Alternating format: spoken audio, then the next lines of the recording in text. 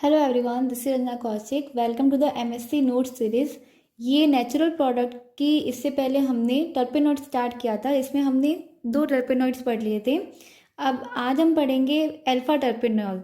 Basically आपको मैंने पहले भी बताया था कि स्ट्रक्चर मेनली याद रखना है। अगर आपको स्ट्रक्चर याद हो गया तो आप उसका स्ट्रक्चर डिटर्मिनेशन भी लिख सकते हो और सिंथेसिस भी लिख सकते हो।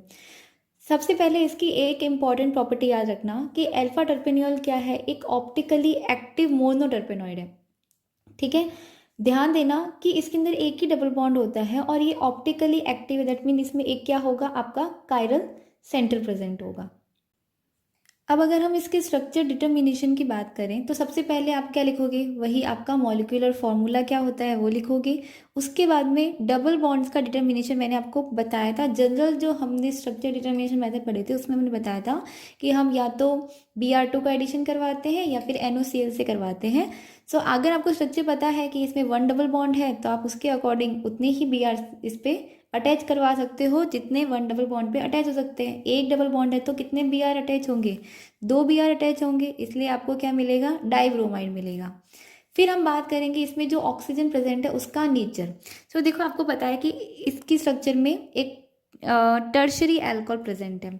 सो यहाँ पे ये वही रिएक्शंस देगा जो एक टर्शरी अल्कोहल देता है। So it give red colour with the solution of सिरिक ammonium nitrate so that OH group is alcoholic. ये अल्कोहल जो हम नॉर्मल जनरल पढ़ते हैं उसके फंक्शनल ग्रुप के रिएक्शंस को, तो सिरिक अमोनियम नाइट्रेट के साथ में वो क्या देता है, रेड कलर देता है। दैट मीन कि वो उसमें अल्कोहल प्रेजेंट है और वो एसीटेट फॉर्म नहीं करता। जब हमने एसिटाइलेशन करवाया था तो एसीटेट फॉर्मेशन नहीं करता। दैट मीन कि जो आपका ऑक्सीजन है उसका नेचर क्या है, अल्कोहल का टर्शरी अल्कोहल है।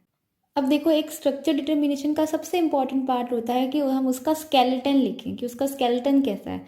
तो स्केलेटन निकालने के लिए मैं आपको पहले भी बताया था कि हम इसको किसी भी स्ट्रॉन्ग एसिड के साथ में रिएक्ट करवाते हैं तो उसके बाद में उसका पूरा स्केलेटन हमको मिलता है कि एरोमेटिक नेचर का है तो कितने कार्बन वाला स्ट्रक्चर होगा। तो आपको इसका जनरल स्केलेटन हमेशा बताना है कि इसका जनरल बेसिक स्ट्रक्चर किस टाइप का है जिससे इसकी फॉर्मेशन हुई है।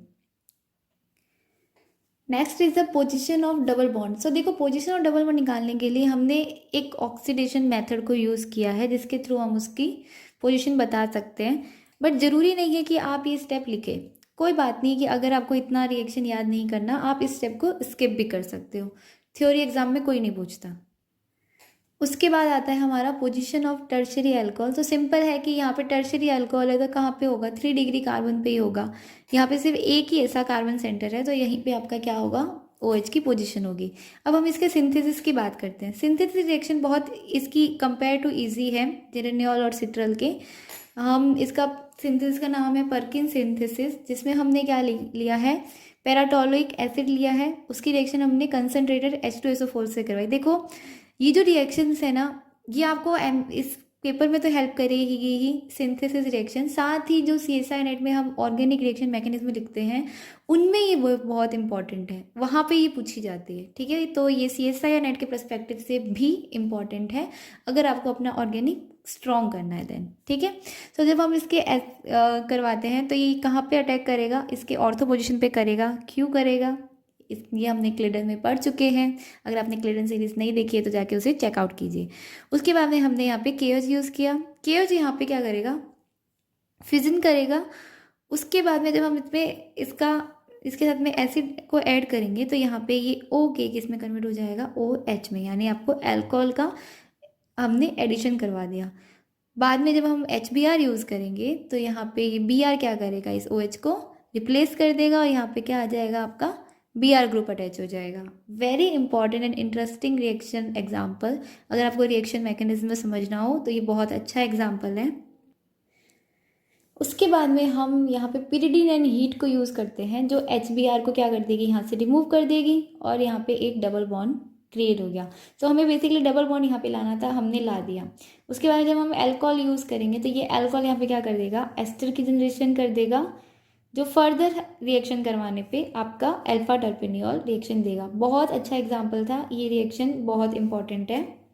एक शॉर्टकट मेथड भी होता है, उसके कंपेयर में शॉर्ट मेथड है।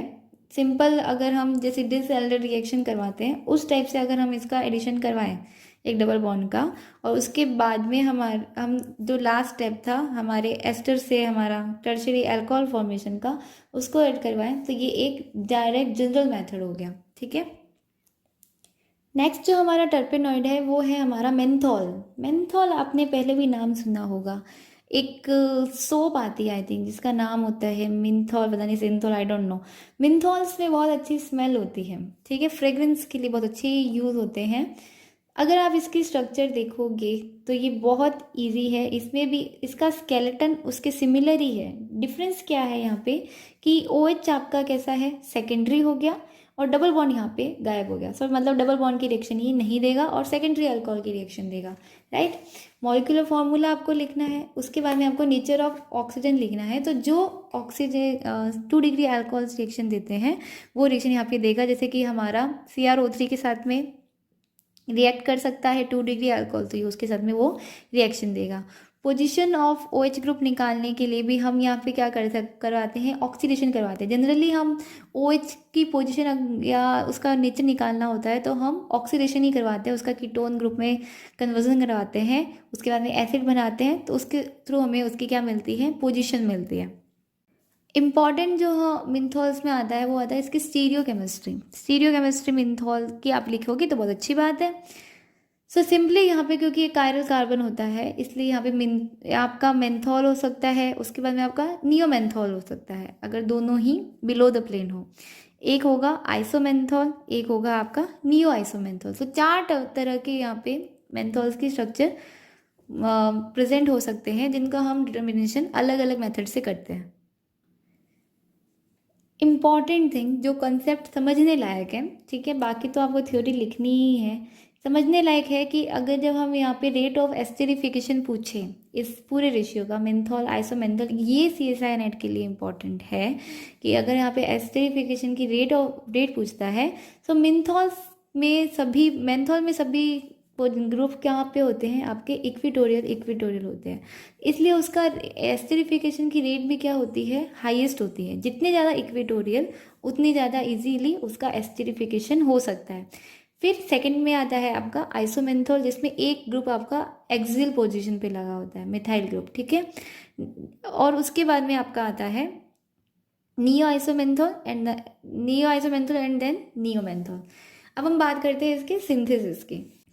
सिंथेसिस में देखो हमने नॉर्मली जनरल देखो जो सिंथेसिस आप लेके चलते हो, अगर आपको डिस्कनेक्शन आता है तो भी आप उसका सिंथेसिस लिख सकते हो।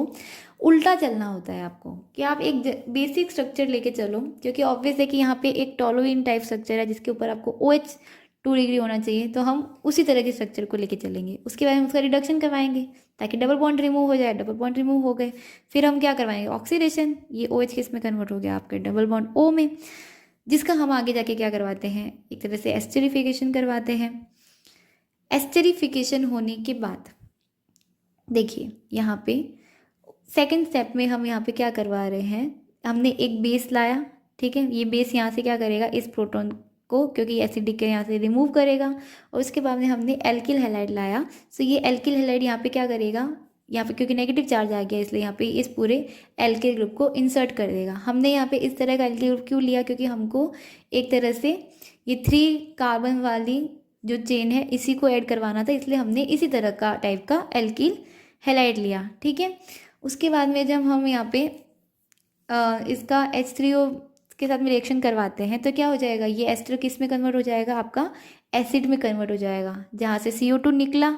अब यहाँ पे देखो आपको क्या है, डबल बॉन्ड O है, अब हम इसको फिर से किस में कन्वर्ट कर देंगे, OH में कन्वर्ट कर देंगे।